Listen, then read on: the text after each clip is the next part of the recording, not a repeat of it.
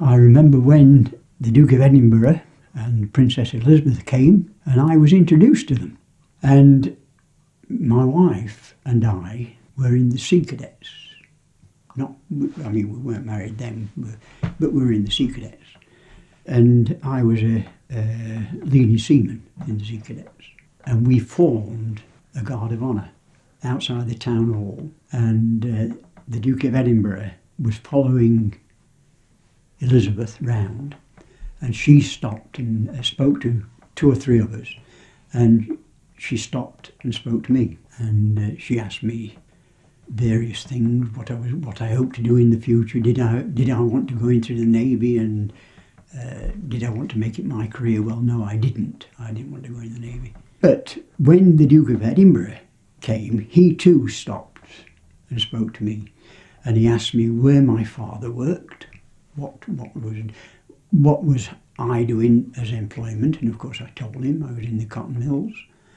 He too said, well, what would you like to make the Navy a career? And I said, no, I wouldn't. I can remember him coming. We was up Nottingham Road when we saw her, and I just got a glimpse of her in a car, and I thought how pretty she was. Her face seemed so wonderful, and I had to see how much her face, if her face was as good as what I thought it were, you know.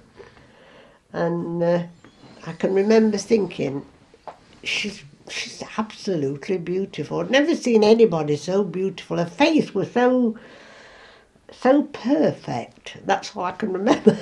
The town hall prior to the monument, that was a monument to Lord George Gordon Bentinck, as it says on the monument itself, second surviving son of the Duke of Portland, which is curious phraseology because he was dead. That had a sort of semicircular railings outside in front of it. And when they decided to build the monument, they decided, well, in order to make up the space, they'd take down the railings to open up that part of the marketplace.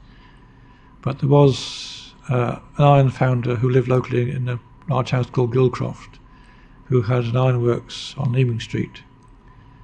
And his daily walk was taken through the marketplace normally.